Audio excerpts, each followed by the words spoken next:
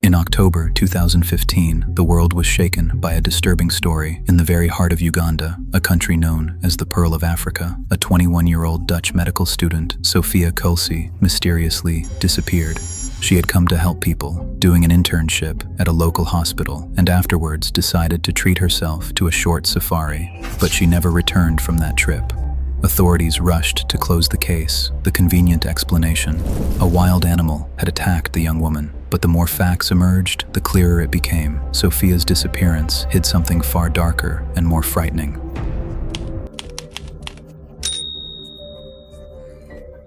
Sophia Isabella Frederica Kolsi was born on April 2, 1994, in Amsterdam, to Gerard Kolsi and Maria Slijkerman, the eldest of 3 children. Intelligent, bright, endlessly kind, she seemed to radiate energy. In her youth, Sophia spent several years in a theater school, learning to speak in front of people, to be confident, and not to fear the stage. But her true calling proved to be different.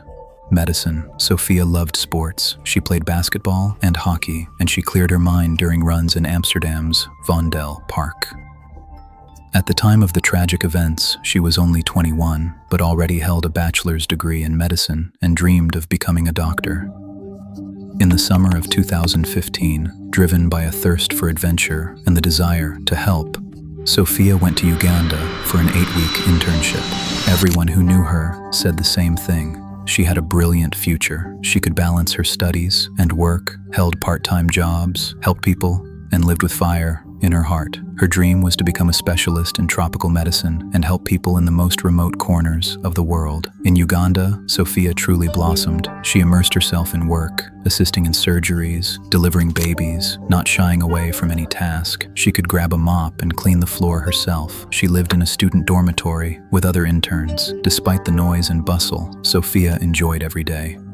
She fell in love with the country, its people, nature, and culture, even beginning to learn the local language to better understand her patients.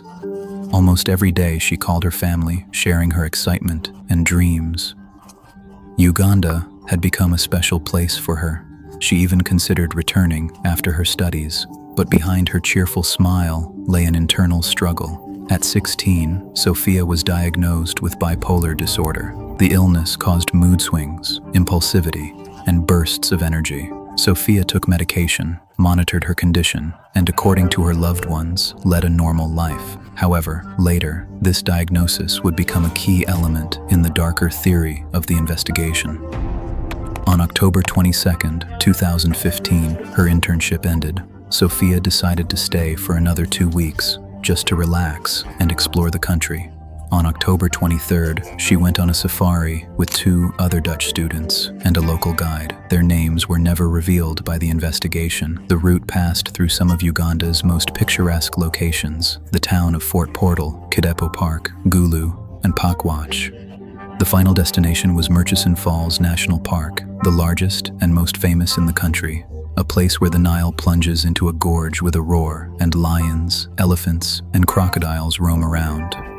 On October 28th around noon, the group arrived at the park. After a river excursion, they stayed at the Student Educational Center, a simple camp with small cottages and shared toilets. The sun was setting when Sophia took an empty bottle and headed toward the toilets. It was around 6:30 p.m. One of the camp staff saw her. She stood still, gazing toward the river, just 600 meters from the camp. This was the last confirmed sighting of Sophia alive. A few minutes passed. She did not return. Her friends went to check the toilets, but she was nowhere to be found. They walked around the camp, calling her name. Silence. The girl seemed to have vanished into thin air.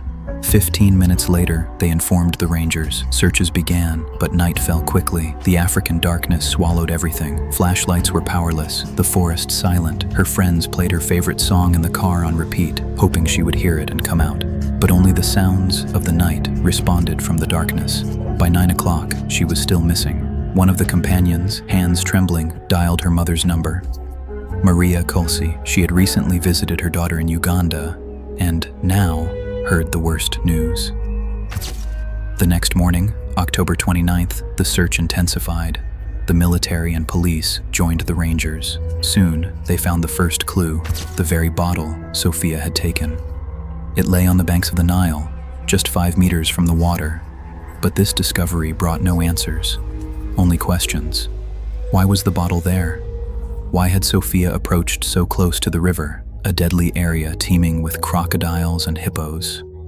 Authorities immediately stated a wild animal had dragged her away, but by the next day, it became clear it wasn't that simple. On October 30th, nearly 2 days later, her belongings were found. Strangely arranged, as if deliberately placed. Pants, one shoe, sunglasses, a torn banknote, and a souvenir bag. On the branches of a tree, pieces of her trousers, 5 meters above the ground. But there was no blood, no signs of struggle, no prints. And the strangest part, the items were found where searchers had already passed on the first night, meaning someone had brought them later. Survival expert Thomas Cohen, after examining photos, stated, "The pants weren't torn by teeth. They were neatly cut with a knife. Everything looked staged." He was right. No animal hangs clothes on trees. The wild animal theory was too convenient. Authorities could quickly close the case and avoid scandal, as tourism was a major source of income. But the facts didn't add up. No screams, no animal tracks, no blood. The path to the river was difficult, overgrown, and dangerous. For a foreigner to traverse it at night was nearly impossible. Investigators recalled Sophia's illness. According to her companions, the day before she disappeared, she hardly slept, was restless, laughing, throwing chairs into the fire. The guide even changed the route to calm her, but on the evening of October 28th, everything seemed normal. Then, darkness, silence, disappearance. The diagnosis could explain impulsiveness, but not the disappearance without a trace or the neatly arranged belongings. Family denied. Sophia never had suicidal thoughts. On October 30th, her mother arrived in Murchison Falls. Maria came with embassy representatives. Helicopters and drones were deployed, to no avail. Ugandan media reported tersely the girl was likely taken by a crocodile. The case was closed, but in the Netherlands, it was just beginning. Maria refused to give up. She returned to Uganda more than 20 times, seeking the truth, examining reports, finding inconsistencies. In 2019, a sensational detail emerged. Former wildlife management officer Stephen Nyadru stated that on the night of the disappearance, he saw Sophia talking to another park worker. No one ever interrogated this man. Moreover, that night, nearby, 400 recruits were conducting field exercises just 2 kilometers from the camp. Yet no one checked their alibis. DNA analysis of Sophia's belongings revealed an unknown male profile, matching no one in the group. Now everything pointed to a violent crime. Too many people nearby, too convenient an animal theory. It was likely someone staged the belongings to hide the truth, but whom were they protecting? Unknown. Years passed, new theories emerged: drowning, runaway, attack, but no body, no traces, no screams. The suicide theory was rejected, and Sophia loved life, made plans, dreamed. One of the most alarming theories: abduction. Perhaps someone from the camp took her. The absence of a struggle indicated the perpetrator acted quietly and skillfully. Nearby, hundreds of trained recruits. This theory is the most frightening, especially considering the DNA found and the silence of the authorities. In 2019, the Ugandan prosecutor announced a reinvestigation, but soon the pandemic struck and everything stalled. Maria continues to fight. She demands a comparison of the phone DNA profile with samples from park staff. It could be a breakthrough. The latest news came in June 2024. On the defendant's bench sat Sophia's guide, Michael Kijambu. It turned out he had no license.